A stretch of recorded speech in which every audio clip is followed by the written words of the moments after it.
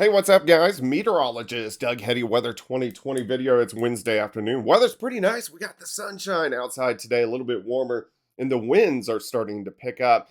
We do have a storm system moving in on Friday. That's going to give us some rain, even a few showers and thunderstorms. There may be a little bit of a rain snow mix on Saturday, but at this point in time, it doesn't look like a very big deal. So, what we're going to do today is we're going to talk about the winter forecast. Now, this is going to be more of a national look. And then tonight, KOAM News at 6 and 9. Still got the strep thing going. At 6 and 9, we're going to do the winter forecast for the KOAM regional area. And then tomorrow on YouTube, we'll do a closer in winter forecast of just Kansas, Oklahoma, Arkansas, and Missouri. So this is kind of an overall of everything so it's a two-part video. Overall of everything that's going on right now. Tomorrow we're going to hone it in just a little bit. Of course, huge shout out to my boys Superior Roofing and Construction, a four-state premier roofing contractor. They're family owned, located in Joplin, Missouri, 7th and High Street. They did my roof last fall. So if you have roofing needs, give them a call. The number is right there on your screen.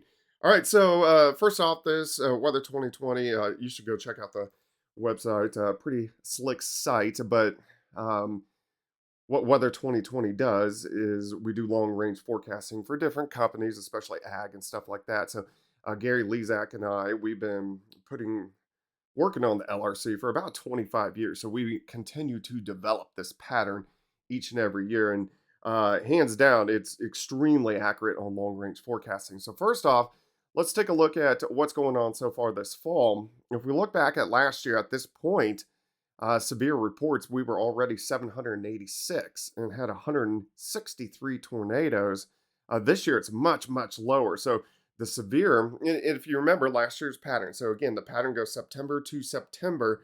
Each pattern is unique and it has a recurring cycle in the pattern. So last year, there was quite a bit of severe weather last fall and even last spring. Now in May, we had a little bit of a blocking pattern. So our big severe weather months were April and then into June. But there was quite a bit of severe weather with last year's pattern. This year, not a whole bunch. It doesn't mean we can't have some big severe weather outbreaks. It just means that this year's pattern isn't producing as much severe weather. All right, so let's look at, so this is a couple of the things that we look at to make this long range forecast and a couple things that we pay attention to. The Arctic Oscillation, NAO as well. So when these go negative, and this is what gives us those big polar vortexes in the winter months, this is when we get that Arctic air and we get the big storm systems in here. However, when the AO and NAO stay positive, most of that Arctic air locks up into Canada. We'll still get the storm systems rotating through, but we don't see as much winter weather. Now, if we look at our jet stream for this pattern, in the cycle, about 80% of this pattern is we have waves coming in to the west coast, little waves out through the Rockies, Central Plains, and then another big trough on the east coast. We do get storm systems with this pattern. We get moderate systems, small to moderate systems, mainly rain because we don't have the cold air in place.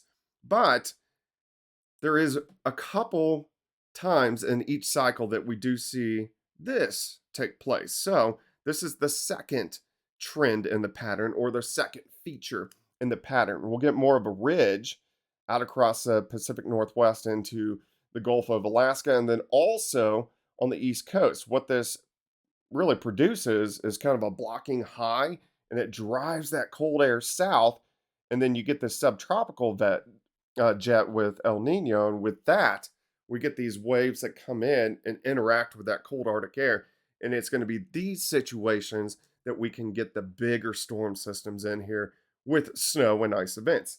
Now if you are a snow lover or an ice lover like me, we don't see this setup very often this winter. We've gone through already one cycle of this new pattern. We just don't see this occur very often. I think we have over the next 3 months chances for this setup probably about 5 times. So most likely it's going to happen 2 or 3 times. To be real honest, so we have 2 or 3 good shots for a winter storm across the Central Plains, but this is not a great pattern by any means. I was hoping for a very active pattern. And this is just not what we are seeing. We are seeing a few big storm systems, but overall, I'm not thrilled with this pattern. All right, so let's look at precip. So it's going to be much drier out across Southwest. There is a little line from Montana into Colorado, out through Nebraska, southern parts of Minnesota. That's one area that rain and snow is going to track. That's going to be kind of the pattern as we go through the winter. There's also another little track from Wichita to Kansas City to Kurtzville up to Chicago. So I think from Wichita to Chicago, you guys will have at least average snow, if not a little bit above.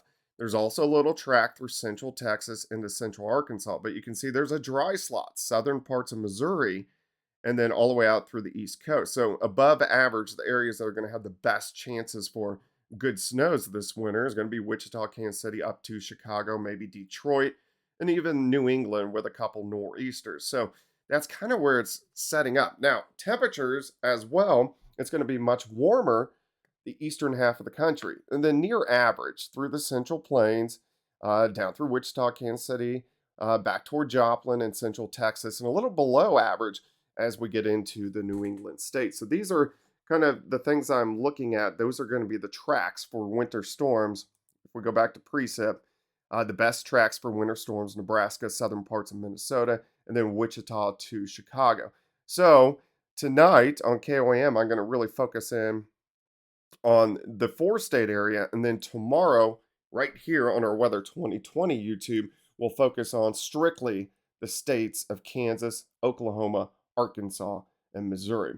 All right, guys, so I kind of had to break this up so it wouldn't be one huge long video. So that's why we are doing today kind of the national winter forecast, tomorrow the local winter forecast. Make sure you like and subscribe. Of course, any comments or suggestions, leave them in the comment section below, and we will chat tomorrow.